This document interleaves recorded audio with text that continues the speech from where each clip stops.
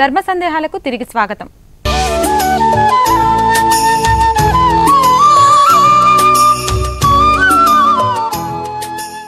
స్వామీజీ, కార్తీక మాసంలో శాలిగ్రామ దానం ఏ విధంగా చేయాలి? కార్తీక మాసం అనగానే స్నాన దానాదులే మనకు గుర్తొస్తాయి. అయితే మనం స్నానం చేసే సందర్భంలో సముద్ర స్నానాలు, తటాక స్నానాలు, నదీ స్నానాలు, అదేవిధంగా పుష్కరిణి స్నానాలు, మనం ఎన్నో విధాలైనటువంటి స్నానాలు ఆచరిస్తూ ఉంటాం. అయితే దానాదులు కూడా అనేకమైన దానాలు మనం చేస్తూ ఉంటాం. ఇటువంటి దానాల్లో ప్రధానమైన దీపదానమని, అదేవిధంగా అన్నదానమని, వస్త్రదానమని, సువర్ణదానమని, ఈ విధంగా దశవిధ దానాలు మనం కార్తీక మాసంలో నిర్వహించి పుణ్యాన్ని మూటగట్టుకుంటూ ఉంటాం. అయితే ఈ నేపథ్యంలో మనం చేసేటువంటి దానాల్లో అత్యద్భుతమైన దానం శాలిగ్రామ దానం. కార్తీక మాసం మనం చెప్పుకుంటూ ఉన్నాం. కార్తీక మాసం సాక్షాత్తు శివకేశవ స్వరూపము అని చెప్పేసని, అటువంటి యొక్క కార్తీక మాసంలో శాలిగ్రామ రూపుడైనటువంటి మహావిష్ణువుకు సంబంధించినటువంటి ఈ శిలను దానం కనుక ఇచ్చినట్లయితే వైకుంఠ ప్రాప్తి మనకు లభిస్తుంది. ఈ ప్రకారంగా శాలిగ్రామాన్ని మనం సేకరించి యథాశాస్త్రీయంగా ఆరాధించి సద్బ్రాహ్మణునకు దానమిచ్చిన, లేదంటే సద్భక్తునకు దానమిచ్చిన మరి మహావిష్ణువు యొక్క కటాక్షం అనేటువంటిది సంపూర్ణంగా లభిస్తుంది. అయితే ఇందులో మన ఋషి సంప్రదాయంలో ప్రధానమైనటువంటిది ఏది అంటే, తానొక్కడు అనుభవించడం అనేటువంటిది లేదు, స్వార్థం అనేటువంటిది లేదు, కులం అనేటువంటిది లేదు, అదేవిధంగా స్త్రీ పురుష వయోభేదం అనేటువంటిది లేదు.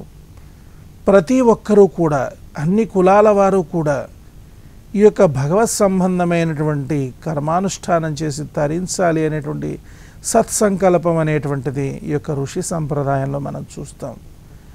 అయితే ఈ యొక్క ఋషి సంప్రదాయంలో ఉండేటువంటి విశేషం ఏమిటంటే, తన దగ్గర ఉన్నటువంటి అన్నిటినీ కూడా పంచిన తర్వాత మాత్రమే తాను అనుభవించాలి అనేటువంటి అద్భుతమైన సంప్రదాయాన్ని మన ఋషులు మనకు అందించారు.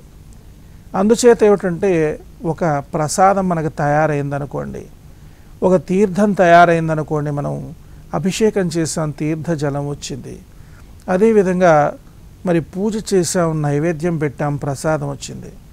అటువంటి తీర్థాన్ని, ప్రసాదాన్ని మరి భక్తులందరికీ పంచిన తర్వాత, తోటివారందరికీ కూడా పంచిన తర్వాత మనం భుజించాలి. ఈ ప్రకారంగా స్వీకరించేదే ప్రసాదము, తీర్థము అని అనిపించుకుంటాయి.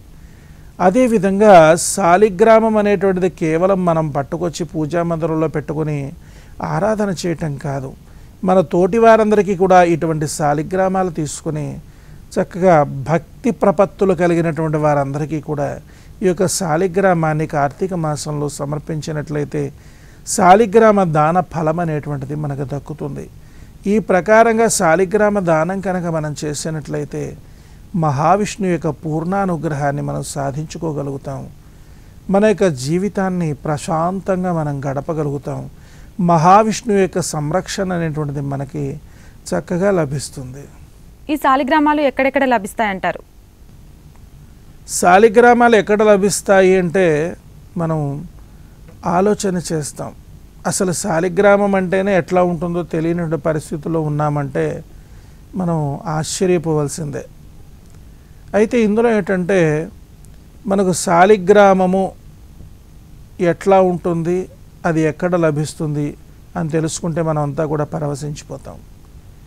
అయితే యొక్క శాలిగ్రామము సాక్షాత్తు విష్ణు స్వరూపం. మహావిష్ణువు భూలోకంలో ప్రత్యక్షంగా ఉన్నాడు అంటే అది ఒక శాలిగ్రామ రూపంలోనే ఉన్నాడు అని మనం చెప్పుకోవచ్చు. శాలిగ్రామాన్ని స్వయంభూ విష్ణు స్వరూపంగా మనం భావించడం జరుగుతుంది. అయితే ఇటువంటి శాలిగ్రామాలు మనకు అనేక ప్రదేశాల్లో మనకు దొరుకుతుంటాయి, బజార్లో దొరుకుతుంటాయి, అదేవిధంగా షాపుల్లో దొరుకుతుంటాయి. అయితే అవి ప్రధానమైనటువంటివి కావు. ఈ యొక్క శాలిగ్రామాలను పట్టుకొచ్చి అమ్మేస్తూ ఉంటారు. అవి అసలైనటువంటి అవునా కాదా, ఈ యొక్క శాలిగ్రామాలు ఎట్లా ఉండాలి అనేటువంటిది కూడా చాలా ప్రధానమైనటువంటి అంశం. అయితే ఈ యొక్క శాలిగ్రామము ఎక్కడ లభిస్తుంది అంటే గండకీ నదిలో లభిస్తుంది. గండకీ నదిలో సాక్షాత్తు మహావిష్ణువు తులసమ్మ తల్లి శాప కారణంగా శిలారూపాన్ని ధరించి ఈ యొక్క గండకీ నదిలో మనకి శాలిగ్రామ రూపంలో లభిస్తూ ఉంటాడు. ఈ యొక్క గండకీ నదిలో లభించినటువంటి శాలిగ్రామాలే పరమోత్కృష్టమైనటువంటి సర్వశ్రేష్టమైనటువంటి శాలిగ్రామాలుగా మనం గుర్తించాలి. ఈ ప్రకారంగా లభించిన శాలిగ్రామాలను మనం సేకరించుకొని తీసుకొని వచ్చి పూజా మందిరంలో నిలిపి ప్రతినిత్యం కనుక మనం ఆరాధన చేస్తూ ఉన్నట్లయితే మహావిష్ణువుకి ప్రత్యక్షంగా ఆరాధన చేసిన పుణ్యఫలాన్ని మనం దక్కించుకోవడానికి అవకాశం ఉంటుంది. అందుచేత గండకీ నదిలో లభించేటువంటి శిలలను శాలిగ్రామాలు అని మనం పిలవడం జరుగుతుందన్నమాట. స్వామీజీ, శాలిగ్రామాలలో రకాలు ఉంటాయంటారా? ఉంటే ఎన్ని రకాలు ఉంటాయంటారు? అవి ఎక్కడెక్కడ లభిస్తాయి? శాలిగ్రామాలు సాధారణంగా మనం ఒక రకంగానే ఉంటుందని మనం భావిస్తూ ఉంటాం. శాలిగ్రామం అనేటువంటిది అనేకమైన స్వరూపాలుగా మనకు లభిస్తూ ఉంటుంది. విష్ణు శాలిగ్రామం అని, అదేవిధంగా సుదర్శన శాలిగ్రామం అని, నారసింహ శాలిగ్రామం అని, వామన శాలిగ్రామం అని, పరశురామ శాలిగ్రామం అని, కూర్మ శాలిగ్రామం అని, మత్స్య శాలిగ్రామం అని, వరాహ శాలిగ్రామం అని, ఈ ప్రకారంగా దశావతారాలకు సంబంధించిన శాలిగ్రామాలు మనకు లభిస్తాయి. ఈ శాలిగ్రామాల్లో ఉన్న ప్రత్యేకత అంటే ఆ శిలపైన స్వయం వ్యక్తంగా సుదర్శన చక్రం మనకు కనపడుతుంది. స్వయం వ్యక్తంగా నారసింహ స్వరూపం మనకు దర్శనమిస్తుంది. స్వయం వ్యక్తంగా వరాహ రూపం మనకు దర్శనమిస్తుంది. స్వయం వ్యక్తంగా వామన రూపం కూడా మనకు దర్శనమిస్తుంది. ఈ ప్రకారంగా స్వయంభూగా మహావిష్ణువు దశవిధ రూపాలలో మనకు శాలిగ్రామం పైన స్వయం వ్యక్తంగా మనకు దర్శనమిస్తూ ఉంటాడు. ఈ ప్రకారంగా అనేకానేకమైన స్వరూపాలతో శాలిగ్రామాలు మనకి లభిస్తూ ఉంటాయి. అందుచేత మనకు ప్రియమైనటువంటి స్వరూపాన్ని ఎంచుకొని ఆ యొక్క శాలిగ్రామాన్ని మనం చక్కగా తీసుకుని వచ్చి పూజా మందిరంలో నిలిపి కనుక ఆరాధన చేసినట్లయితే ఆ యొక్క మహావిష్ణు యొక్క కటాక్షం ప్రత్యక్షంగా మనకి ప్రాప్తిస్తుంది. ఈ శాలిగ్రామాలు శ్రేష్టమైనవి, విశిష్టమైనవి అని ఏ విధంగా తెలుసుకోవచ్చు? శాలిగ్రామాలు శ్రేష్టమైనటువంటివి అని చెప్పేసి మనం ముందుగా పరిశీలించాలి, పరీక్షించాలి. అనంతరమే ఈ యొక్క శాలిగ్రామాన్ని మనం పూజా మందిరంలో నిలిపి ఆరాధించుకోవాలి. ఈ యొక్క శాలిగ్రామాలు మనం చూడడానికి తేజోవంతంగా ఉండాలి. అదేవిధంగా ఈ యొక్క శాలిగ్రామాలు భిన్నమైనటువంటివి ఉండకూడదు.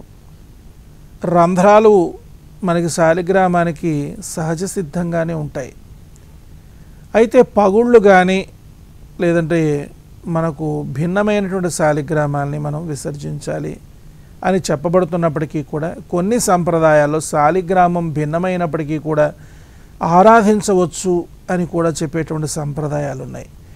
ఏమైనప్పటికీ కూడా మరి భిన్నం కానటువంటి శాలిగ్రామం సర్వశ్రేష్టమైన శాలిగ్రామంగా మనం తెలుసుకోవాలి. అటువంటి శాలిగ్రామాన్ని మనం సేకరించుకొని మనం పూజా మందిరంలో నిలుపుకోవాలి. అయితే ఇక శాలిగ్రామం చూడడానికి మహా తేజోవంతంగా ఉంటుంది. అదేవిధంగా మనం చూసినట్లయితే నల్లని కాంతితో మరి చక్కగా నూనె రాసినట్టుగా నిగనిగలాడిపోతూ ఉంటుంది. అయితే ఈ యొక్క శాలిగ్రామం యొక్క విశిష్టతను మనం పరిశీలించాలి.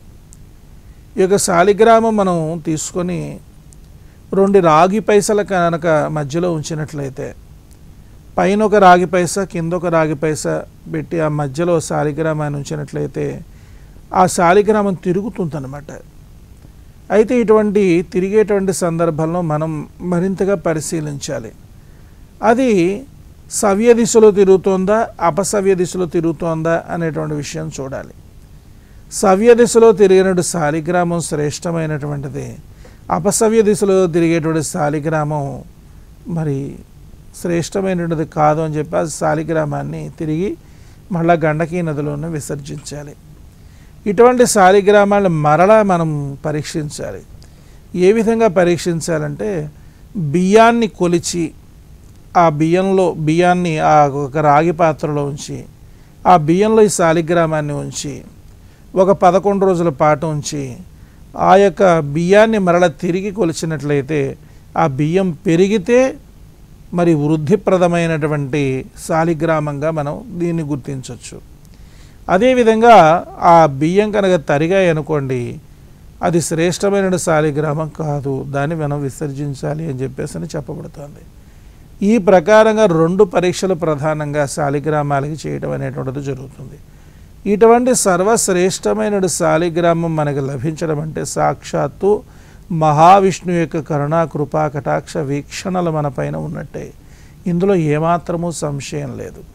ఈ ప్రకారంగా శాలిగ్రామాన్ని పరీక్షించి మనం ఈ యొక్క శాలిగ్రామాన్ని చక్కగా తెచ్చుకొని యథాశాస్త్రీయంగా ఆరాధన చేసి శాలిగ్రామాన్ని ఉంచేటువంటి విషయంలో కూడా మనం జాగ్రత్త వహించాలి. శాలిగ్రామాన్ని నేలపైన పెట్టకూడదు, మామూలుగా ఉండేటువంటి పాత్రలోనూ పెట్టకూడదు. చక్కగా 4 కోళ్ళు ఉన్నటువంటి కూర్మ పాత్ర ఉంటుంది. కూర్మానికి అంటే తాబేలు ఏ విధంగా అయితే ఉంటుందో తాబేలు ఆకృతిలో ఉంటుంది ఒక పాత్ర, దానికి 4 కాళ్ళు ఉంటాయి. ఆ 4 కాళ్ళ పైన పాత్ర నిలబడి ఉంటుందన్నమాట, భూమి ఆకర్షణ లేకుండా ఉంటుంది. అటువంటి పాత్రలో ఈ యొక్క శాలిగ్రామాలు ఉంచాలి. శాలిగ్రామాల నుంచి యథాశాస్త్రీయంగా అభిషేకాదులు చేయాలి. శాలిగ్రామం ఎప్పుడు కూడా నీళ్ళల్లోనే ఉండాలి. తర్వాత అదేవిధంగా తులసీ దళంతోనే ఉండాలి. తులసీ దళం లేకుండా జలం లేకుండా ఉన్నటువంటి శాలిగ్రామము మరి దాని యొక్క తేజస్సును కోల్పోతుంది అని చెప్పేసి చెప్పబడుతుంది. అందుచేత శాలిగ్రామం ఎప్పుడూ కూడా తులసీ దళ సమేతమైనటువంటి శుద్ధ జలంలోనే ఉండాలి అనే విషయాన్ని మాత్రం ప్రధానంగా మనం తెలుసుకోవాలి.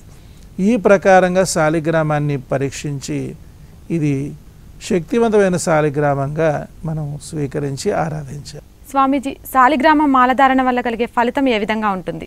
సాధారణంగా మనము అనేకమైనటువంటి మాలలు ధరిస్తూ ఉంటాం.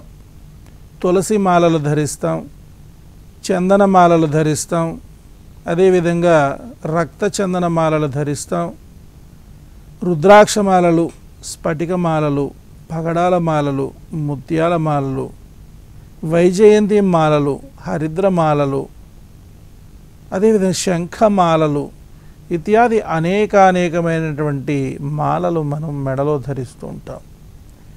విష్ణు భక్తులైనటువంటి వారు శాలిగ్రామ మాల ధరించాలి అని చెప్పబడుతోంది. చిన్ని శాలిగ్రామాలు మనకి లభిస్తాయి. అటువంటి చిన్ని శాలిగ్రామాలను చక్కగా సేకరించుకొని వాటన్నిటిని కూడా పరీక్షించి పరిశీలించి ఆ యొక్క శాలిగ్రామాలతో మాలను తయారు చేయించుకొని ఆ మాలను మహావిష్ణు యొక్క పాదాల చెంత ఉంచి చక్కగా ఆరాధనలు సలిపి ఆ యొక్క మాలను కనుక మెడలో ధరించినట్లయితే ఆ యొక్క శాలిగ్రామ మాల ధారణ ఫలం అనేటువంటిది ఎట్లా ఉంటుందంటే మనం సాక్షాత్తు విష్ణు స్వరూపులైపోతాం. ఈ యొక్క అద్భుతమైన మాలాధారణ ఫలం వల్ల మనం విష్ణు సాయుధ్యాన్ని పొందడానికి అవకాశం ఉంటుంది. వైకుంఠ ప్రాప్తి అనేటువంటిది మనకు లభిస్తుంది. అంత అద్భుతమైనటువంటిది ఈ యొక్క శాలిగ్రామ మాలాధారణ ఫలం అనేటువంటిది. అందుచేత ప్రతి ఒక్కరూ కూడా విష్ణు భక్తులైనటువంటి వారు శాలిగ్రామ మాలను ధరించాలి. ధన్యవాదాలు స్వామీజీ, మీ అమూల్యమైన సమయాన్ని కేటాయించి మా ప్రేక్షకుల ధర్మ సందేహాలను నివృత్తి చేసినందుకు.